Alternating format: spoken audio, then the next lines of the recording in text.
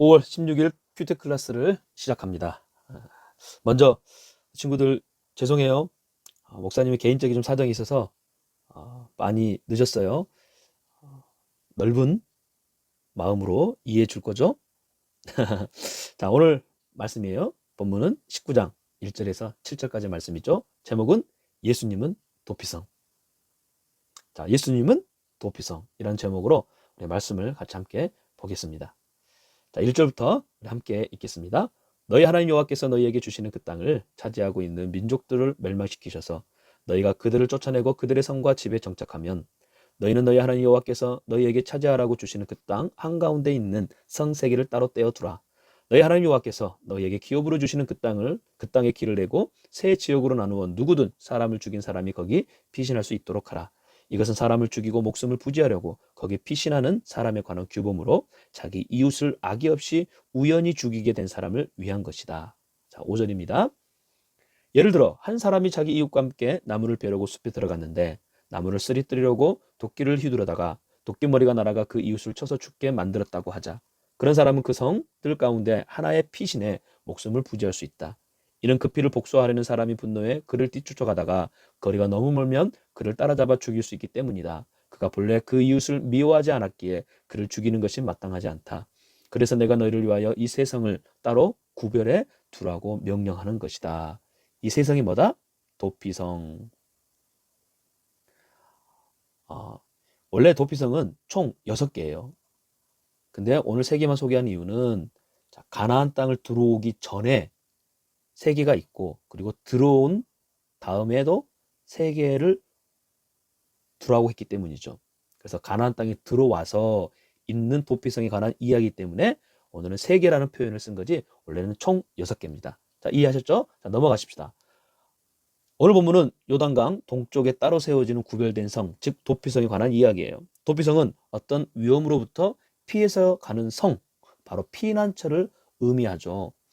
3절과 4절에처럼 어떠한 위험으로부터 어떠한 이유에서 바로 악의가 없이 누구든지 계획적이나 고의적인 그런 거 없이 우연하게 이웃을 죽이게 된 사람이 피신할 수 있도록 도와주는 것이죠. 그래서 이런 사람이 들어가서 목숨을 건질 수 있게 되는 것입니다. 5절처럼 벌목, 나무하던 사람의 도끼자루가 빠져가지고 동행한 사람이 죽이된 경우, 바로 이러한 경우라는 거죠. 이럴 땐 바로 생명도 소중하기에 하나님께서는 그가 억울하게 생명의 보복을 당하지 않고, 다시 말하면 피해 복수죠. 그래서 살아갈 수 있는 길로서 도피성을 두게 하신 것이죠. 부지중 살인을 하게 된 사람이 도피성으로 달려가서 도피성의 제사장에게 그의 실수를 받게 되면 그 제사장이 살아있는 동안 도피성 내에서 생명을 보존하게 된다는 것입니다. 자, 근데 여기서 중요한 게 있어요. 오해하지 말 것은 도피성 안에서만 생명이 보존된다. 자, 도피성 내에서 생명이 보존된다. 그리고 제사장에게 인정받아야 된다. 그게 무슨 말일까요? 실수로 부지중에 지은 죄는 은혜를 입어서 네가 그곳에 살아갈 수 있지만, 그러나 그 살인 행위 자체는 그냥 무죄로 사라진다, 그런 의미는 아니에요. 자, 그래서 도피성의 의미를 통해 오늘 우리가 깨달아야 할 말씀이 무엇일까?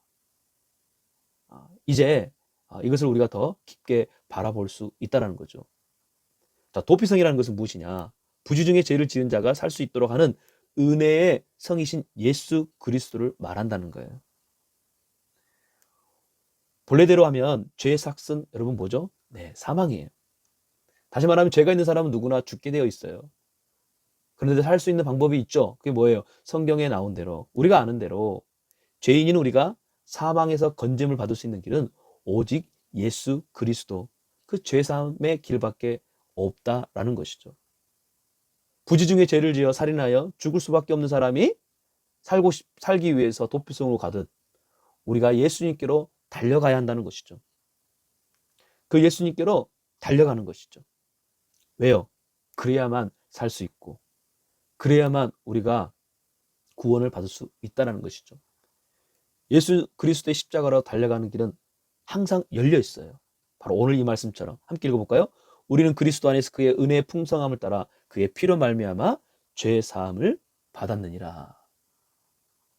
이 믿음을 믿고 우리가 예수님께로 나아가기를 바랍니다. 그래서 중요한 것은요,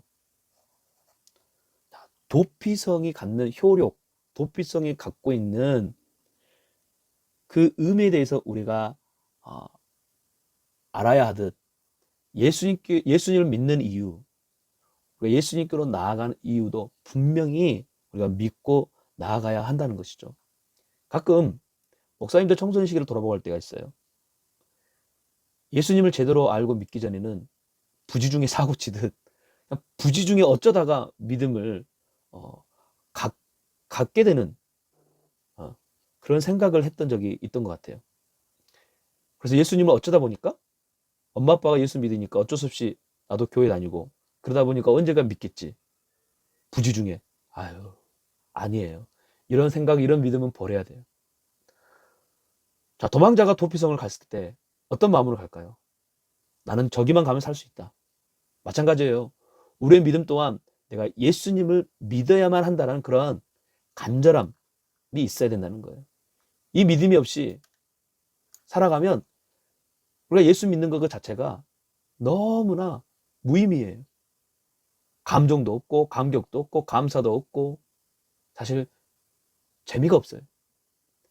하지만 그 믿음이 있을 때 우리 안에 예수님을 향한 감사가 넘쳐나고요. 기쁨이 넘쳐나고요. 그리고 예수 믿는 재미가 있어요. 찬양을 해도 은혜가 됩니다. 말씀을 들어도 이해가 됩니다. 큐티를 해도 재미가 있는 거예요. 근데 그런 믿음이 없이 우리가 신앙생활을 하면 여러분 생각해 보세요. 얼마나 무의미한지, 지루한지. 예수 그리스도의 십자가에 도피성이 없다면 우리는 죄로 말미암아 죽을 수밖에 없다는 그 사실, 오직 예수님만이 우리의 살 길이 된다는 사실을 기억하십시다. 그래서 하나님은 그 백성들에게 살 수 있는 은혜의 길을 늘 열어놓으셨어요. 우리도 예수님께로 간절히, 우리 예수님께도 우리도 그렇게 간절한 마음으로 나아가기를 바라요. 자, 지금 소개할 내용은 이종환 목사님의 고백이에요.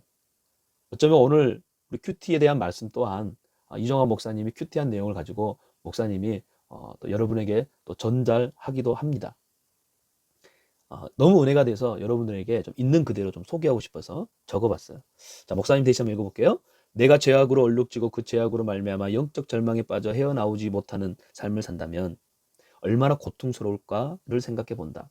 청소년 시절 나의 죄로 인한 고통에 시달렸던 적이 있다. 죄책감과 두려움이 나를 짓눌렀다. 당시에 천주교를 출석할 때였는데 그렇게 깊은 죄책감에서 헤어나올 수 없었다. 이후에 죄책감은 예수 그리스도의 십자가의 은혜를 믿는 믿음을 가지게 되면서 사라졌고 비로소 자유함을 얻게 되었다. 예수 그리스도께서 나의 도피성이 되신 것이다. 나의 죄는 주님께서 잊으실 때만이 내 안에서 사라진다. 여러분 꼭 기억하십시다. 예수님께서는 당신의 피로 우리의 죄를 덮으셨고 하나님은 우리의 죄를 죄 없다 여겨주셨죠.